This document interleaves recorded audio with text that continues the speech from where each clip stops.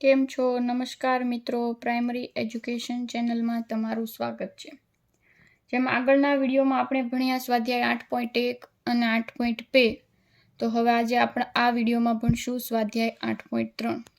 મિત્રો, તમને મારા વિડીયો ગમતા હોય તો લાઈક કરજો, તમારા મિત્રો સાથે શેર કરજો અને ચેનલને સબસ્ક્રાઈબ કરવાનું ભૂલશો નહીં. તો ચાલો આપણે ભણીએ સ્વાધ્યાય 8.3નો પ્રશ્ન નંબર 1. પ્રશ્ન નંબર 1માં તમને સૂચના આપેલી છે કે કઈ સંખ્યા મોટી છે. બરાબર, એનો મતલબ એમ કે બે સંખ્યાઓ આપી છે, એમાંથી જે સંખ્યા મોટી હોય એ બાજુ તમારે નિશાની કરી અને દર્શાવવાનું છે. એના માટે તમારે ગ્રેટર ધેન, લેસ ધેન અને જો બંને સંખ્યાઓ સરખી હોય તો વચ્ચે ઇક્વલ ટુની નિશાની કરવાની છે. બરાબર, તો એના માટે તમને પહેલી સંખ્યા આપેલી છે 0.3 કે 0.4. સૌથી પહેલા જ્યારે તમે સંખ્યાને જુઓ છો તો સૌથી પહેલા એ જુઓ કે દશાંશ ચિહ્ન પછી અંકોની સંખ્યા સરખી છે કે નહીં. બરાબર, દશાંશ ચિહ્નની આગળની બાજુએ તો 0 0 જ છે. બરાબર, પણ દશાંશ ચિહ્ન પછી એક સંખ્યામાં 3 છે અને આ સંખ્યામાં 4 છે. એનો મતલબ કે તમારી જમણી બાજુની સંખ્યા મોટી છે. તો તમે આવી રીતે નક્કી કરીને પણ લખી શકો અને એને સાદા અપૂર્ણાંકમાં ફેરવીને પણ લખી શકો.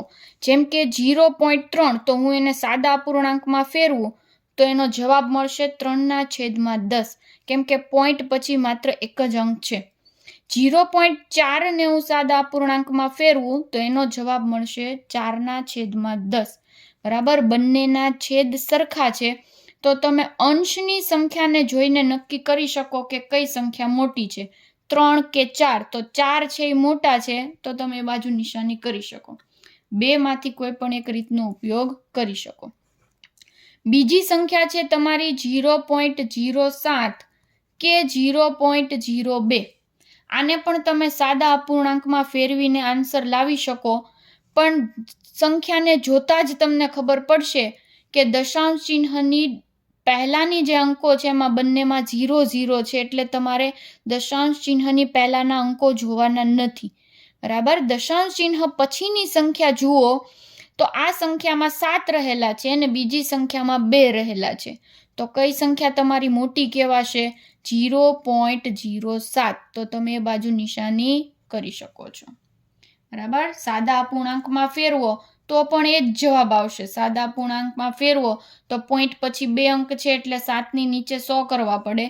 2ની નીચે પણ 100 કરશું કેમ કે પોઈન્ટ પછી 2 અંક છે. હવે નક્કી કરો કે 7 અને 2 માંથી મોટું કોણ? તો 7. તો એ બાજુ તમે ગ્રેટર ધેન કરી શકો. બરાબર, આવી રીતે સાદા અપૂર્ણાંકમાં ફેરવીને પણ તમે જવાબ મેળવી શકો.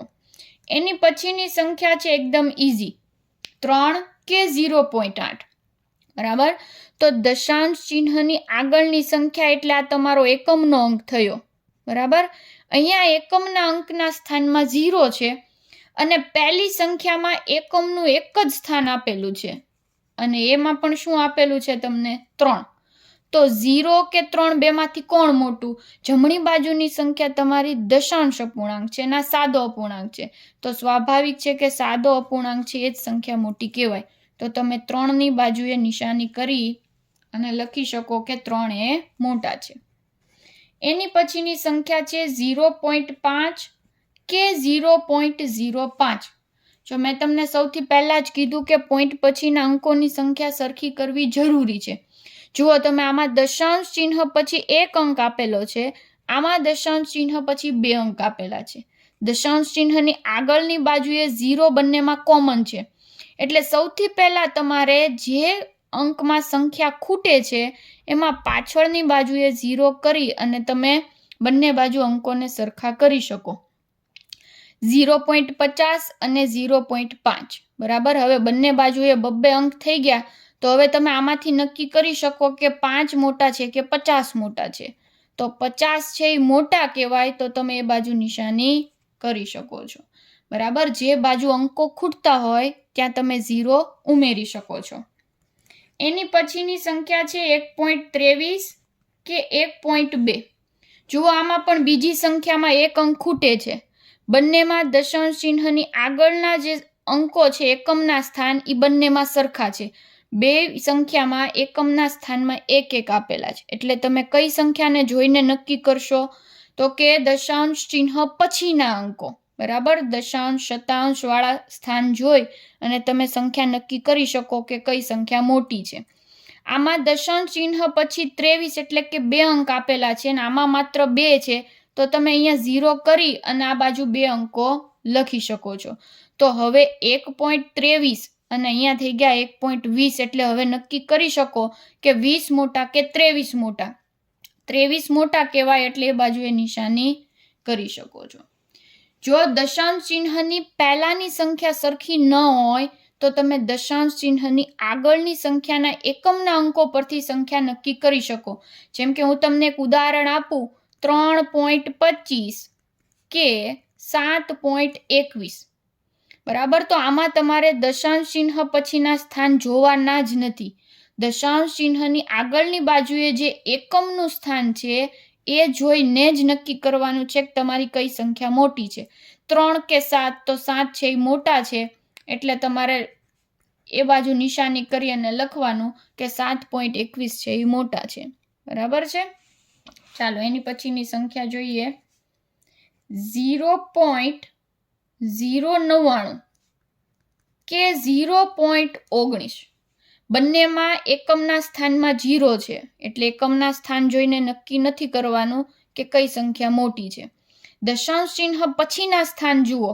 આમાં દશાંશ ચિહ્ન પછી 3 સ્થાન આપેલા છે, જ્યારે આમાં 2 છે, એટલે હું 1 0 ઉમેરી અને બંને બાજુએ 3 3 સ્થાન બનાવી દઈશ. દશાંશ, શતાંશ અને સહસ્ત્રાંશ. હવે આ સંખ્યા પરથી નક્કી કરો કે 190 મોટા છે કે ખાલી 99 મોટા છે. તો 190 છે એ મોટા કહેવાય, એટલે હું ઈ બાજુ નિશાની કરી અને લખીશ કે 0.190 છે મોટા છે. બરાબર. એની પછીની સંખ્યા છે 1.5 કે 1.50. જુઓ, આમાં પણ એકમના સ્થાન સરખા છે. બરાબર, જો એકમના સ્થાન સરખા ના હોય તો તમે એકમના સ્થાનમાંથી કયો અંક મોટો છે એના પરથી સંખ્યા નાની કે મોટી નક્કી કરી શકો. પણ જો બંને સરખા હોય તો દશાંશ ચિહ્ન પછીના અંકોને જોવા પડે. આમાં દશાંશ ચિહ્ન પછી એક જ અંક છે, જ્યારે જમણી બાજુની સંખ્યામાં 2 અંક છે, એટલે સૌથી પહેલા હું અહીંયા 0 મૂકી અને આને પણ 2 અંક બનાવી દઈશ. હવે જુઓ, બંને બાજુએ એક જ સરખી સંખ્યા થઈ ગઈ, 1.50 1.50. એનો મતલબ એવો કે આ બંને સંખ્યા સરખી છે. બરાબર. એની પછીની સંખ્યા છે 1.431 કે 1.490. બંનેમાં એકમના સ્થાન સરખા છે. બરાબર, તો હવે આપણે જોઈએ દશાંશ ચિહ્ન પછીના સ્થાનો. બરાબર, આ સંખ્યામાં છે 431 અને આમાં છે 490.